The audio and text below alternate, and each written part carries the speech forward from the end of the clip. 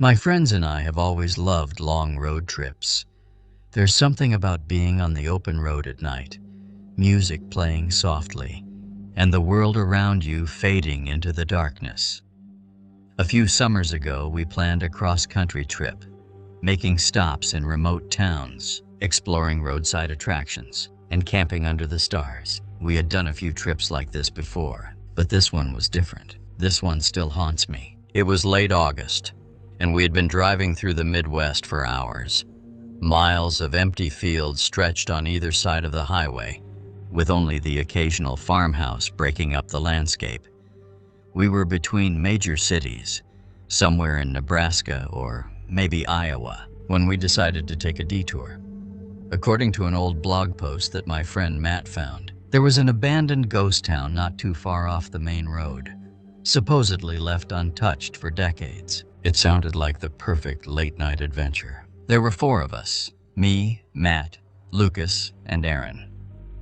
Matt was always the adventurous one, the guy who insisted on checking out weird places. Lucas was the responsible one, usually the one keeping us in check, though he had his moments of recklessness. Aaron? He just went along with whatever seemed fun at the time.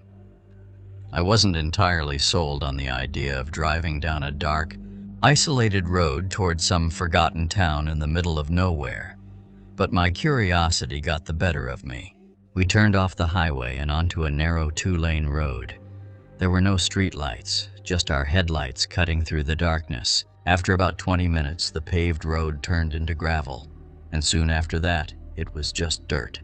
The ghost town was supposed to be another 10 miles ahead. "This is how horror movies start," Lucas muttered, half joking. The further we drove, the thicker the fog became. It rolled across the fields like a slow-moving tide, swallowing the road ahead. The temperature seemed to drop, even though it had been warm just moments before. Our excitement turned to unease. After what felt like forever, we spotted something ahead, faint, glowing lights. As we got closer, we saw what looked like an old roadside diner. It was strange. According to everything we had read, this place was supposed to be abandoned, but the neon sign flickered weakly, spelling out Dottie's Diner in faded red letters. The parking lot was empty except for one old rusted truck. Something about it felt off. The windows were dark, and the inside looked empty, but the open 24 hours sign was still glowing in the window. "I say we check it out," Matt said, grinning. "I say we turn around," Lucas countered immediately. We were at a standstill. Matt and Aaron wanted to go in, while Lucas and I were uneasy about the whole thing. Before we could argue further, the door to the diner creaked open. A woman stepped out, standing in the doorway. She was wearing an old-fashioned uniform, pale blue with a white apron, like something straight out of the 1950s. She was smiling, but something about it didn't seem right. "You boys lost?" she called out. Her voice was sweet, almost too sweet. Matt leaned out the window. "We were just driving through, saw the lights. Didn't think anything was still open out here." "Oh, we get travelers now and then," she replied. "Why don't you come inside and warm up?" Warm up? It was the middle of summer, but I suddenly realized that I was cold. I glanced at Lucas. His expression mirrored my own. This wasn't normal. Aaron, always the laid-back one, shrugged. "I mean, we could grab a coffee, stretch our legs." Something in my gut screamed, "No, we should probably keep moving," I said, trying to sound casual. "Long drive ahead." The woman's smile didn't fade, but her posture stiffened slightly. "Nonsense," she said. "Just a quick stop. We don't get many visitors anymore." Behind her, through the dark windows of the diner, I swore I saw movement. A shadow shifting. Lucas must have seen it too, because he muttered, "Dude, let's go." Matt hesitated, torn between curiosity and the growing tension in the air. Then something happened that made my skin crawl.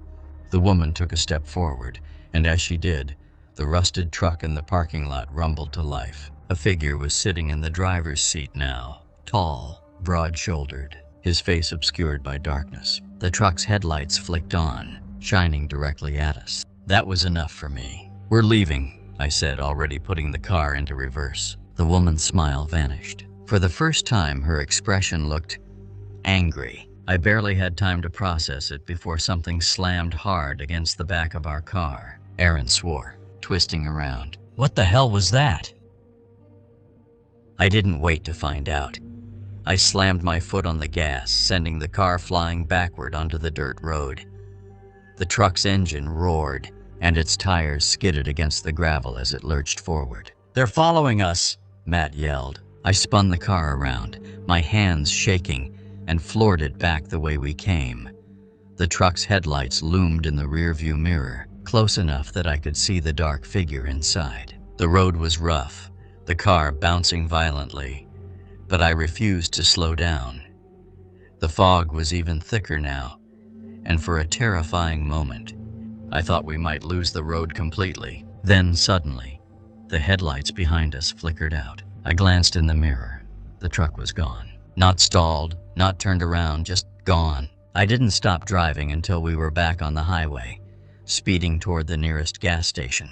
When we finally pulled in, breathless and shaking, we sat in stunned silence for a long time. "What the hell just happened?" Aaron finally said. Nobody had an answer. We asked the gas station clerk if he had ever heard of Dottie's Diner. He frowned, then said, "You mean that old place that burned down years ago? That was the last time we ever took a detour."